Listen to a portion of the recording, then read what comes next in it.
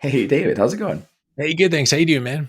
Good. We just wrapped up a great episode last week with Sean Richards, the resident tax guru over at YFP. And it got me thinking about all the things we need to be doing at the end of the year, right? How to maximize taxes, how to prepare for 2023. I thought that'd be a great thing for us to talk about today.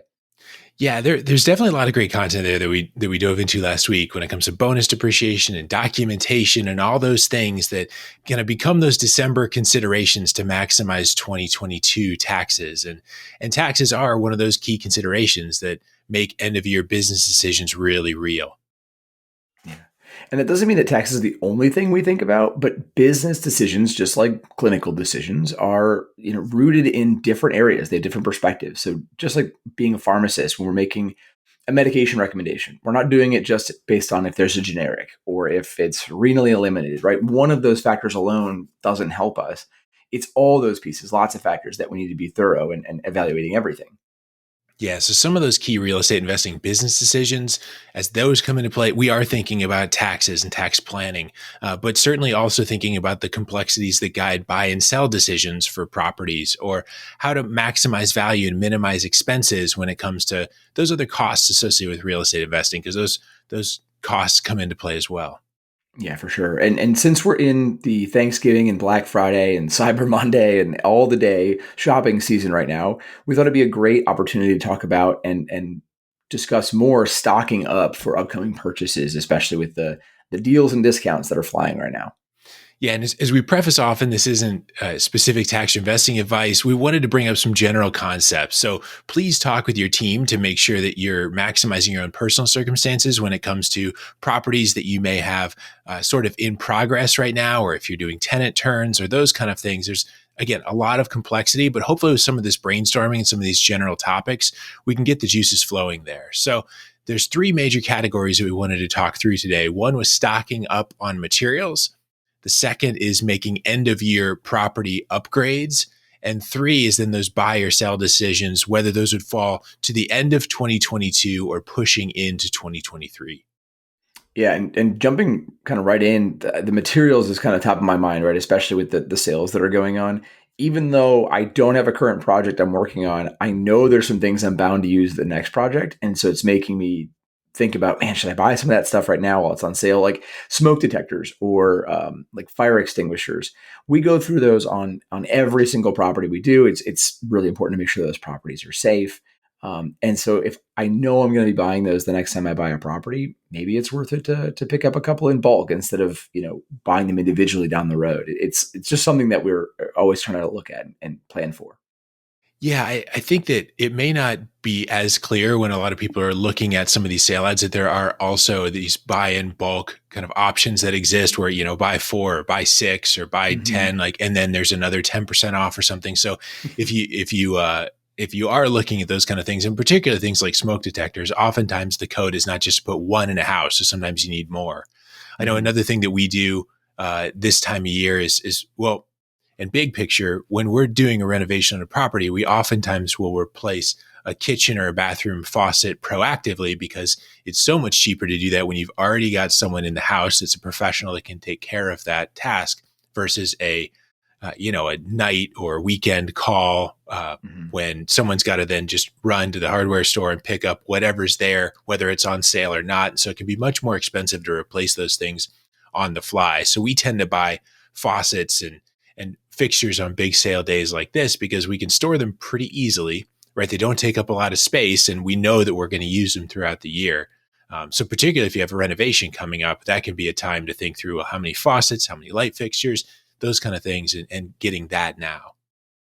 Yeah, what I like about both of those examples is that they're pretty universal and don't require a lot of storage space. I mean, I guess depending on how many you're buying, but True. they're not big bulky items, right? And especially things that you don't want to be packing away.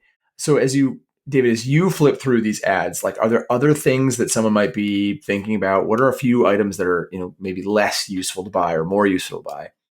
Yeah, I think that you bring up a good point with storage because that's a real consideration, and that's Mhm. why, particularly in Michigan, I'm pretty hesitant about buying too much paint in advance because I don't really want to store paint in my garage, have it freeze and become a problem there, right? So I that will cause me to slow down a little bit. Paint has to be stored properly, and paint too can be a little more difficult to buy ahead of time if you don't know what sheens or colors or those kind of things.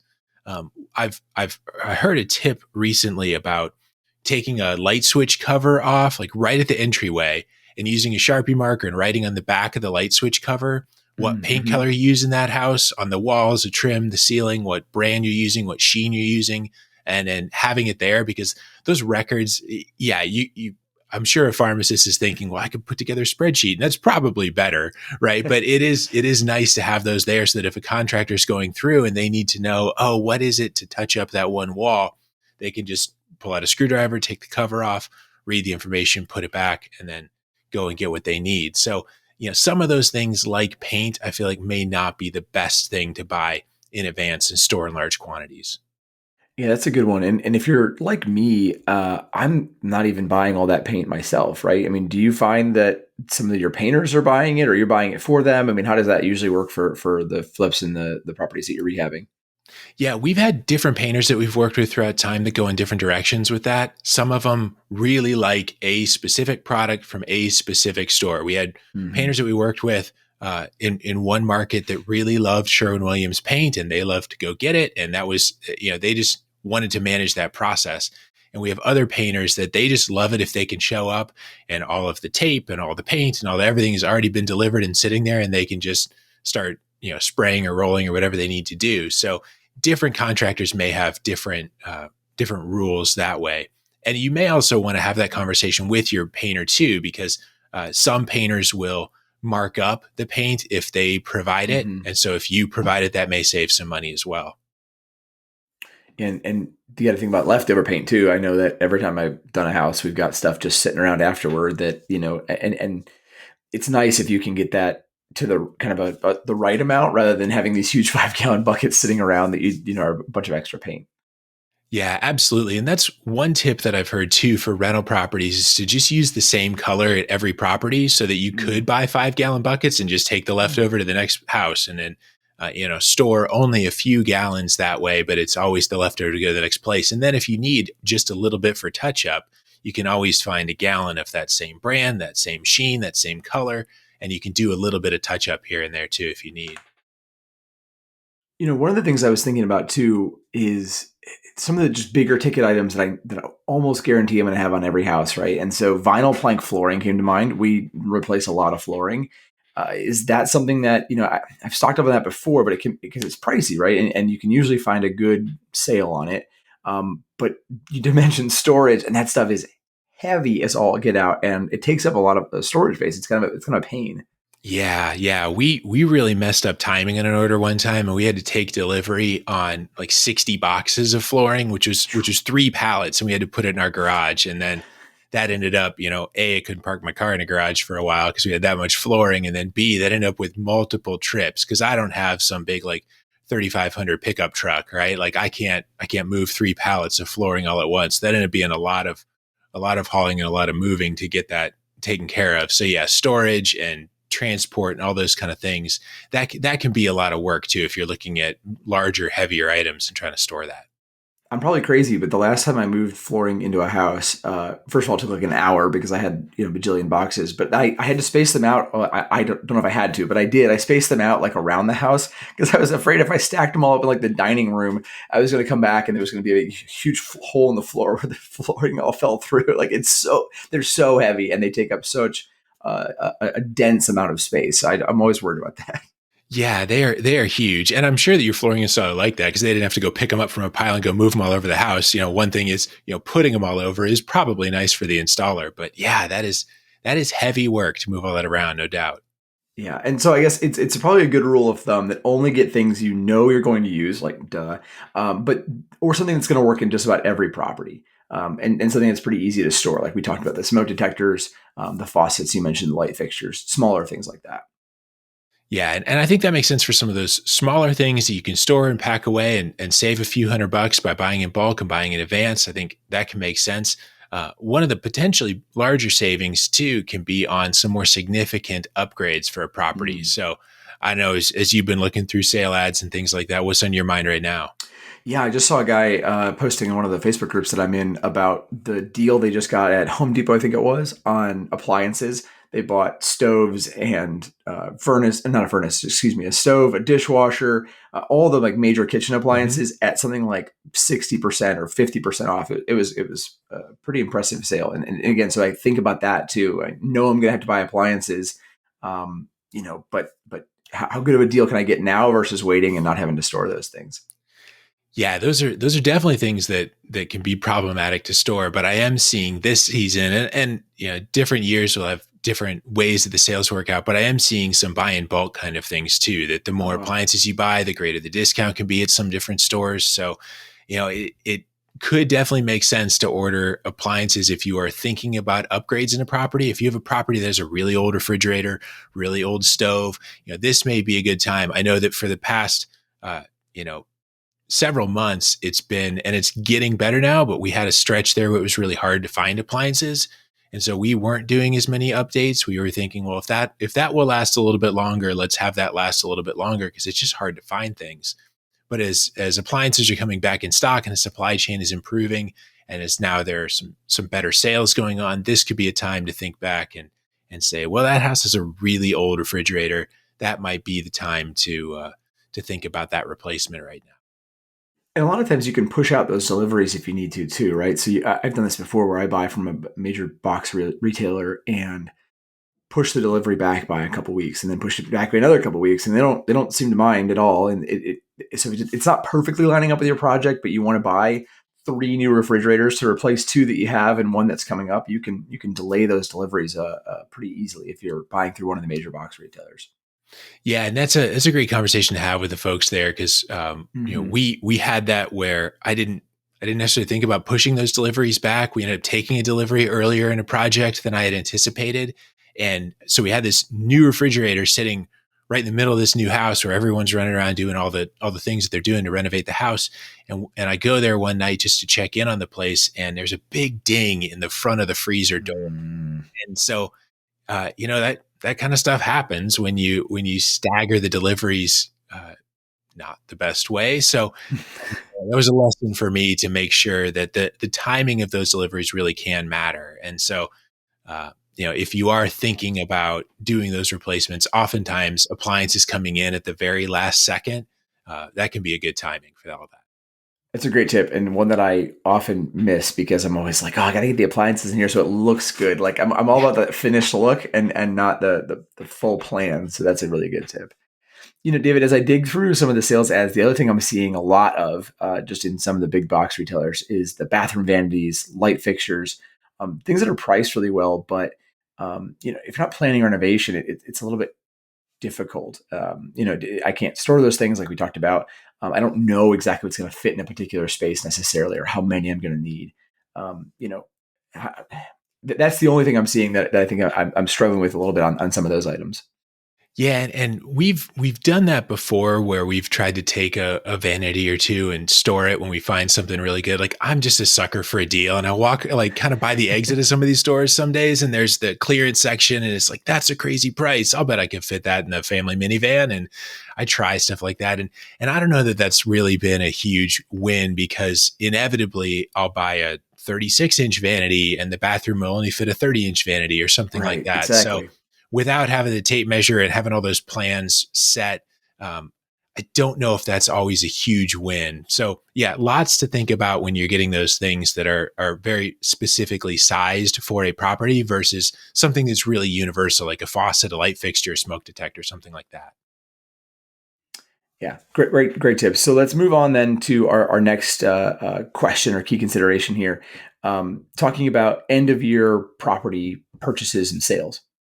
Yeah, and we talked a little bit about this last week in terms of the tax implications of, if you buy in 2022, what does that mean? If you buy in 2023, what does that mean? So if you're thinking about the tax side of things there, definitely jump back and listen to episode 83 with Sean. He breaks that down, and the value on one side or the other of that January 1 threshold. But if we step aside from the tax considerations for a minute. So, Nate, with your realtor hat on, can you talk to us a little bit about kind of the timeline of a typical sale and the seasonality of real estate in that?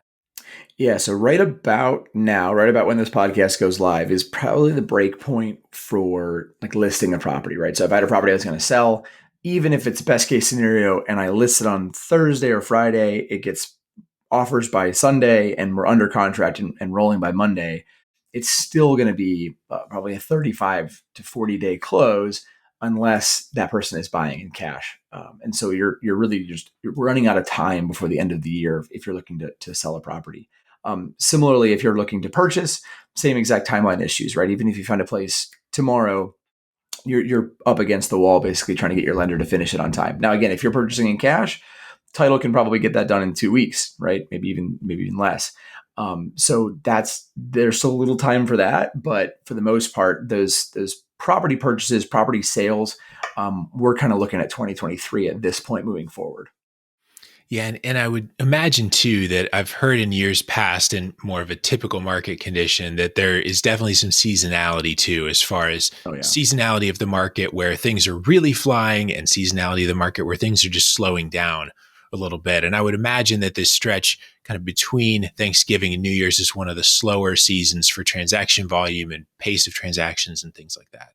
Yeah, 100%. I mean, if you look at just globally across the months, I was just looking at this the other day for a market that I'm working in for a seller, and the dip we see in days on market that takes place over the summer, it's great, and it lasts from basically, at least in Cleveland, and again, it's specific to everywhere, but at least in Cleveland, we see this really nice drop in days on market that takes place from April to probably about October, and then it starts to kick back up again, and now we're looking at 40 plus days on market as we get into the latter months of the year and the beginning months of next year. So it can be specific to your area, right? If you don't have harsh winters when people don't want to get out, you're probably not seeing that level of differential. But even so, December timeframe is just not a great transaction volume time period because everybody's busy with everything else. It's how the kind of the market goes in this time period.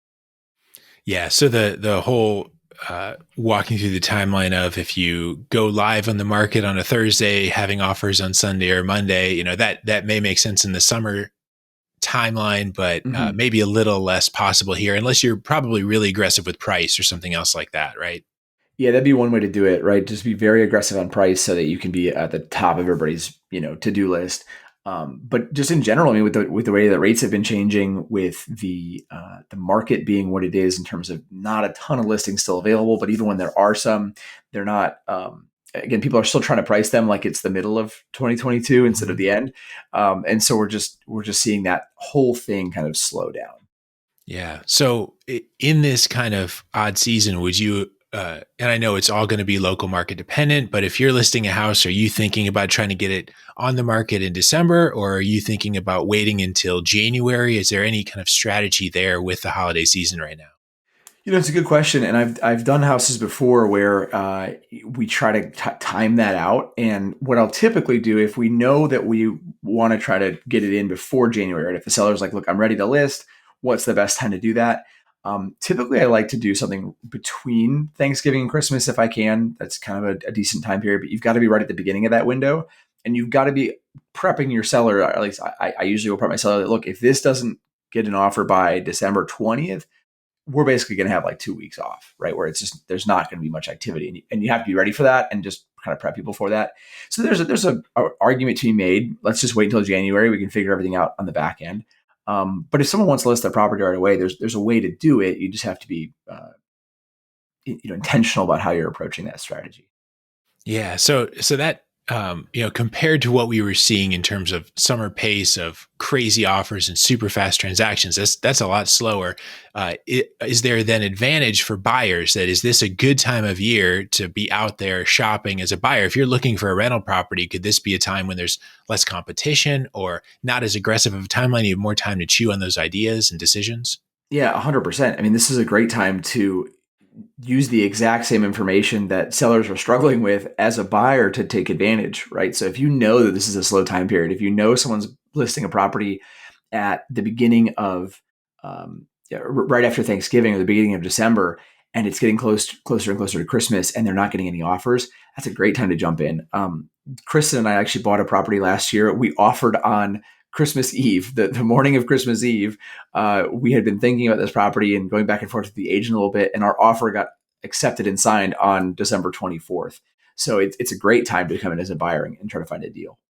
Yeah, no, that makes a lot of sense. And I think adding that into the tax strategy and the complexities there, this feels like one of those situations where this could be a good conversation. If you're thinking about that end of year investment purchase or end of year investment sale, this feels like a good time to engage multiple members of the team to kick around those ideas and figure out what's the best option for you. Is that about right? Yeah, for sure. I mean, we always advocate for that team approach, and you can start with someone like Sean, who we spoke with last week. Talk about taxes first. You can start with your accountant. You can start with your real estate agent. And again, our recommendation is that if you don't have anybody and you're looking for that kind of first step, start with a really good real estate agent and let them refer you to the other members of your team. And again, just a super quick reminder too: if you're looking for an agent, looking for someone that's investor friendly, we have the real estate concierge service. You can go to yfprealestate.com, tap into that service. It's a way to connect with myself. You'll get a 30-minute planning call. We'll talk about what your goals are, what your budget is, what you're trying to achieve, where you're trying to buy, and then we'll help you get connected with an investor-friendly agent wherever you are.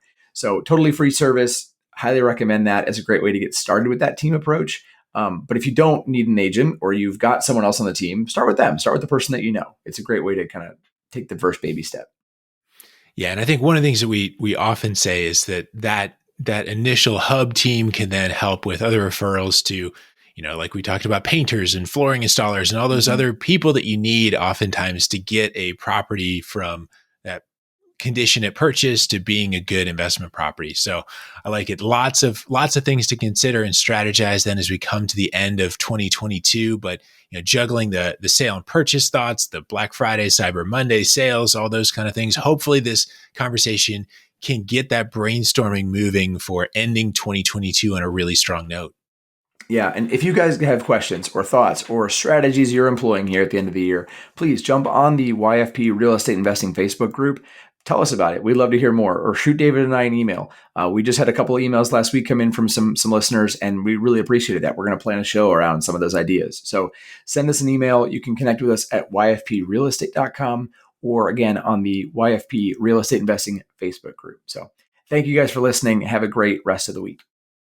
Thanks for listening to the YFP Real Estate Investing Podcast. If you like what you heard on today's show, please leave us a review and subscribe to the show so you never miss an episode. If you have a question, know someone that would make a good guest, or want to connect with Nate or David, head on over to yfprealestate.com and join the growing YFP Real Estate Investing Facebook group. As we conclude this week's episode of the YFP Real Estate Investing Podcast, an important reminder that the content in this podcast is provided to you for your informational purposes only and is not intended to provide and should not be relied on for investment or any other advice. Information in the podcast and corresponding materials should not be construed as a solicitation or offer to buy or sell any investment or related financial products. We urge listeners to consult with a financial advisor with respect to any investment. Furthermore, the information contained in our archived newsletters, blog posts, and podcasts is not updated and may not be accurate at the time you listen to it on this podcast. Opinions and analyses expressed herein are solely those of your financial pharmacist, unless otherwise noted, and constitute judgments as of the dates published. Such information may contain forward-looking statements which are not intended to be guarantees of future events. Actual results could differ materially from those anticipated in the forward-looking statements. For more information, please visit yourfinancialpharmacist.com/disclaimer. Thank you for your support of the YFP Real Estate Investing Podcast. Have a great rest of your week.